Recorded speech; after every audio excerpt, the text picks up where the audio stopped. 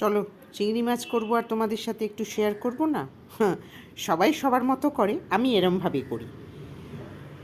মশলা করাটা দেখাইনি। এই মশলাটার মধ্যে আমি একটু চার মগজ, অল্প একটু পোস্ত দিয়েছি, আর যেরকম আদা, পেঁয়াজ, কাঁচা লঙ্কা, সাদা জিরে সবই দিয়েছি। দিয়ে একটু রেড চিলি দিলাম, মানে রঙটা আসে না।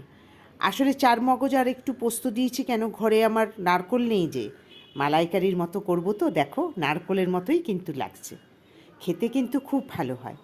আর মালাইকারি যখন করবই ভেবেছি, নুনের সাথে মিষ্টিও দেব। একটু মিষ্টি মিষ্টি না হলে আবার মালাইকারি ভালো লাগে না। আমি একটু নাবানোর সময় গরম মশলা দিই, আবার ফোড়নেও দিয়ে দিই।